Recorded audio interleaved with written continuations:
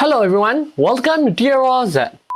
ကျွန်တော်တို့ iOS user တွေက iOS device ချင်းချင်းဆိုရင်တခုပို့ချင်ရင် AirDrop ကိုအသုံးပြုပြီးပို့ကြတယ်ကျွန်တော်တို့ Android user တွေကြတော့တခုကိုပို့ချင်တယ်ဆိုရင်ဂျာကန် software တခုအကူအညီယူပြီးပို့ရ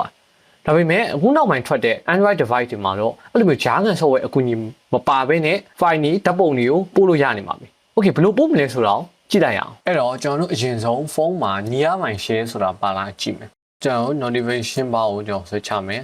ဆွဲချပြီးတော့ရင်ကျွန်တော်တို့ဒီမှာအပေါ်က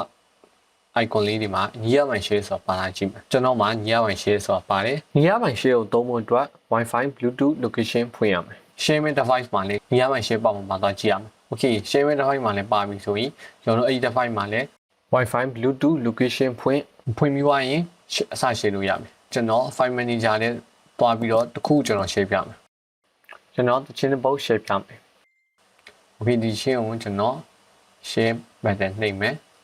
ပြီးရင်ညီရပိုင်းဆိုတာကိုနှိပ်မယ်နှိပ်ပြီးသွားရင်ဒီကောင်ကို share လိုက်မယ်